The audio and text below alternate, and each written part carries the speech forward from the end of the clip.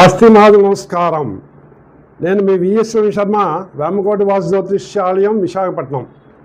ఈరోజు మనం శ్రావణ పూర్ణిమ, దీన్నే జంధ్యాల పూర్ణిమ అని కూడా అంటాం. ఈరోజే భారతీయ సనాతన సాంప్రదాయంలో ఒక విశేషం ఏంటంటే 3 పండుగలు ఒకే రోజు వచ్చాయి.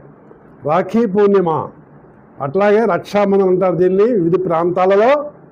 అలాగే హయగ్రీవ జయంతి, ఈ 3 ఒకే రోజు జరుపుకుంటామండి.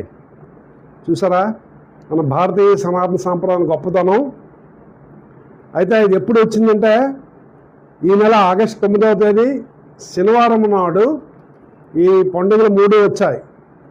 విశిష్టత ఏంటంటే హయగ్రీవ జయంతి. ఈ హయగ్రీవుడు సాక్షాత్ శ్రీమన్నారాయణుడు, ఆ విష్ణుమూర్తి అవతారము, వేదాలను సంరక్షించడానికి అవతారం అండి. హయగ్రీవ ఉపాసన చాలా ప్రభావితమైనది, చాలా మేధాశక్తిని ఇస్తుందని మనకి చెప్తున్నాయి శాస్త్రాలు. అందుకే జ్ఞానానందమయం దేవం నిర్మల స్ఫటికాకృతిం ఆధారం సర్వ విద్యానాం హయగ్రీవ ఉపాస్మహే అన్నారు. హయగ్రీవున్నట ఉపాసిస్తే సర్వ విద్యలు ఇస్తారటండి. కాబట్టి మీతో పాటు మీ పిల్లలకు కూడా హయగ్రీవ స్తోత్రాన్ని చదివించండి. నేను చెప్పిన ఈ శ్లోకాన్ని రోజు హయగ్రీవ పటం పెట్టుకొని వారిచే చదివించండి.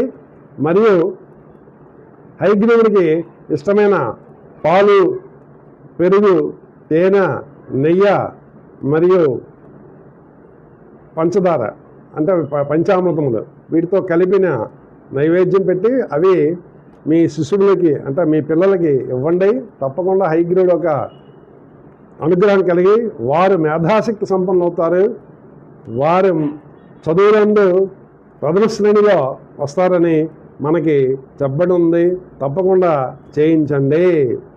హయగ్రీవ జయంతిని అత్యుత్సాహంతో చేయించండి.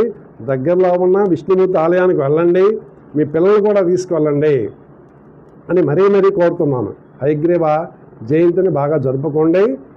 ఆయుర ఆరోగ్య ఐశ్వర్యంతో పాటు బుద్ధి కుశలత కూడా వస్తుందని మనకు శాస్త్రాలు చెప్తున్నాయి.